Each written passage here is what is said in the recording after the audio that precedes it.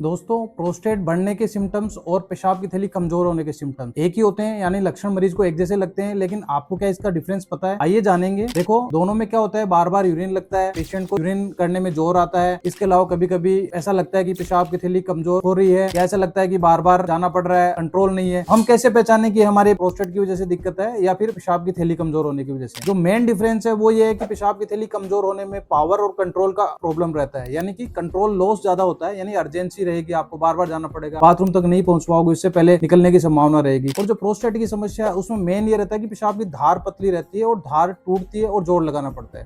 हालांकि दोनों के सिम्टम सेम हो सकते हैं, लेकिन मेन डिफरेंस ये है। और इसको कंफर्म करने के लिए हमारे पास एक जांच होती है, यूरोफ्लोमेट्री, उसके बाद में यूरोडायनेमिक स्टडी, यानी कि पेशाब की थैली की प्रेशर का पता करना। उससे हमें ये एग्जैक्टली पता लगता है कि दोनों में से बीमारी क्या है। यदि आपकी पेशाब की थैली कमजोर है तो प्रोस्टेट ऑपरेशन भी करने से कोई फायदा नहीं होगा, और हमारे यदि पेशाब की थैली नॉर्मल है तो ही हमारी प्रोस्टेट का ऑपरेशन सक्सेस होने का चांस रहेगा। इसलिए जब भी आप सर्जरी करा रहे हो तो दोनों में डिफरेंस पता करके ही कराना चाहिए। Thank you.